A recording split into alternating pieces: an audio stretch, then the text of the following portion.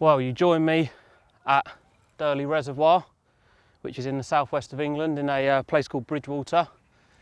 It's a day-only venue, quite a large venue, 70 acres in size, and it's not too far from your house. So I had a couple of days on here last week and had quite a few fish on the opposite side, but today come round onto the far side of the lake, and yeah, this is the second bite of the morning so far.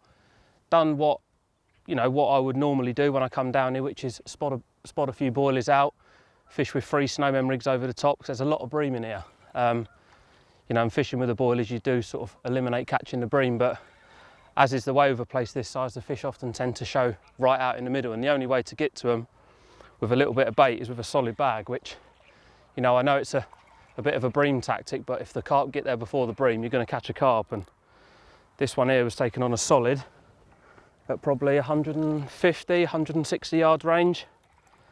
Like I say, second bite of the morning. I had nothing on the baited spot. Literally tied up a couple of solid bags, chucked them out there, and yeah, it's produced 2 carp so far. So hopefully, if I can get the net on it, off of whatever it's caught on, there we go, I can get another one in the net. Not as big as the last one.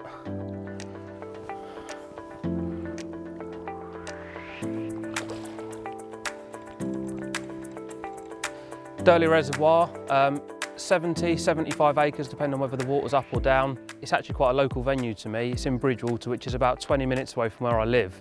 So I can, leave home in the morning at 7 o'clock, be on the gate for 20 past 7. Gate opens at 7:30. I can fish for the day and know that when I pack up in the evening, I've not got a long drive home. So it's days only, which I think is quite good, because what it does, it gives everyone a fair crack of the whip of getting on the fish, because what tends to happen is the fish will shoal up massively at one end or the other. And if it was night, you'd get anglers on here stitching certain areas up. So if you're prepared to put the effort in the morning and get here early, you can get on the fish.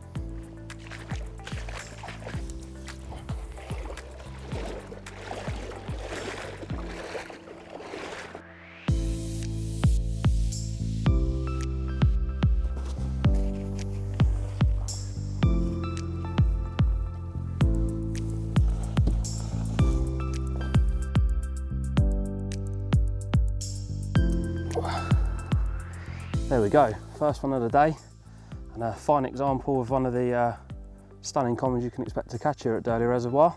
So it just proves that, a solid out in amongst the carp, even as a lot of bream present in the lake, can certainly pay off.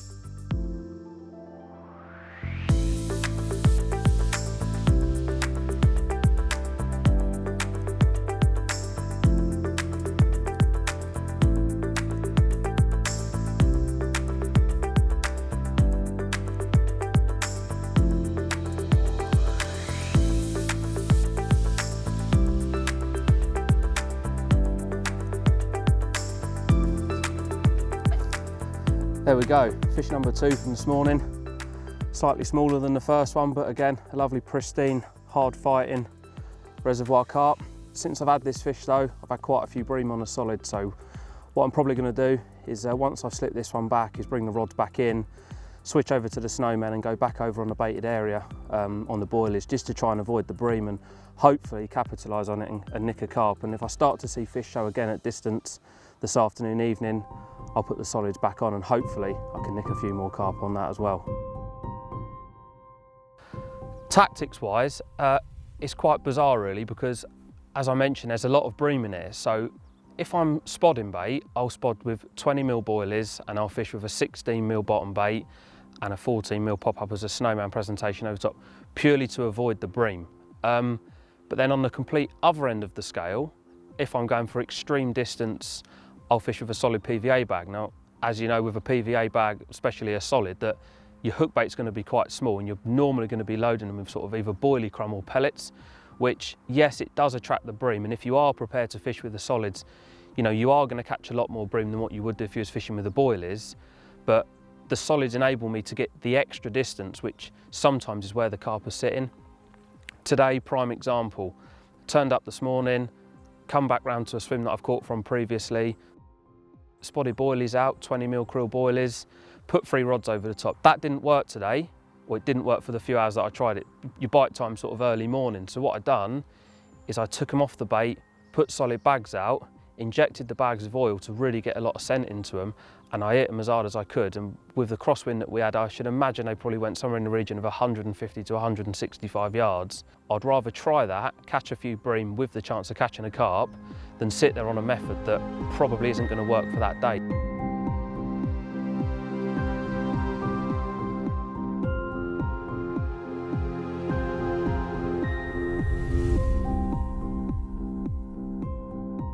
Chopping and changing between a snowman setup and a solid bag setup. Obviously I'm not fishing a snowman rig on me inline lead setup. I'm fishing out on a leg clip, so I've got two separate leaders tied up. Got my solids tied up here, and then in the bucket down now I've just taken off my snowman setup. So all I got, pretty standard really. On the end of my braided leader I've got a nice big loop, and what that enables me to do is unloop one leader and simply just loop on another leader. Nice big loop so you can get a solid bag through it. You know, you don't want to be tying a small one and having to cut and retie it.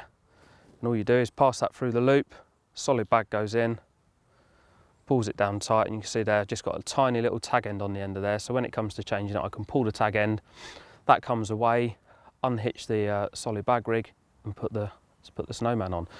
And as well, you know, with the bream, you are going to catch quite a few of them, unfortunately, so you want a few bags tied. So with this, it just makes life a little bit easier and saves time as well.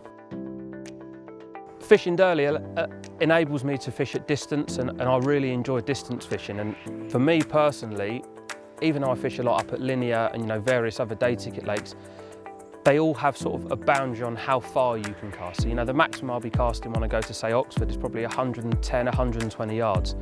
When you come into somewhere like Durleigh, the middle of the lake's well over 200 yards out, so you know you can really test your ability to fish at distance. With using heavy leads, you know, heavy PVA bags as well, it might only be a 3 1/4 ounce lead going inside the solid PVA bag, but by the time you put your pellets in there and you've injected it with oil, you're probably looking at about 4.5 ounces. You don't want to be chucking those out on a 2 1/4 test curve rod.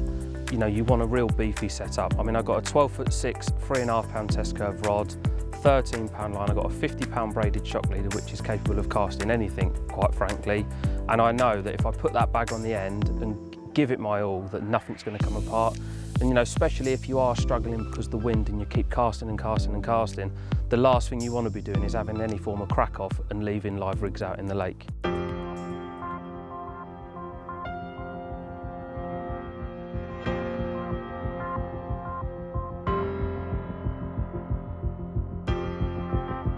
Another small little common by the looks of things. Ready for the net, here he goes.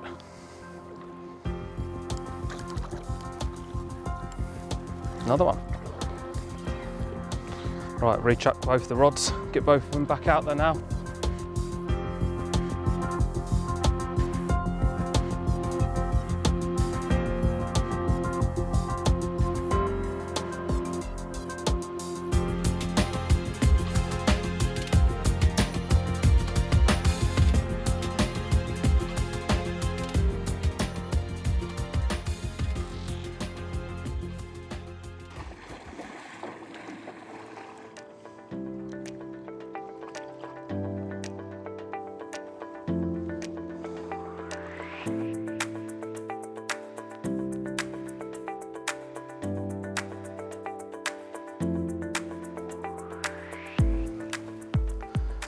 There we have it, another fine Durleigh common carp. It's been a brilliant day today. Unfortunately, the weather's changed, as I said, a hell of a lot from when I fished here the previous week. We've had quite high pressure today, bright sunshine, and a few carp, a fair few bream, but it just shows that, you know, chopping and changing your tactics, and don't just sit on something if it's not working, you know, just trying other things to get bites. And these fish, they're well up for a feed all year round. They come out from all around the lake, and they will come out on an all manner of tactics as well. But what I've showed in this little piece is exactly what I use down here. There's no secrets. It is what it is. It's an open access day ticket water, and it works for me, and I hope it works for you as well.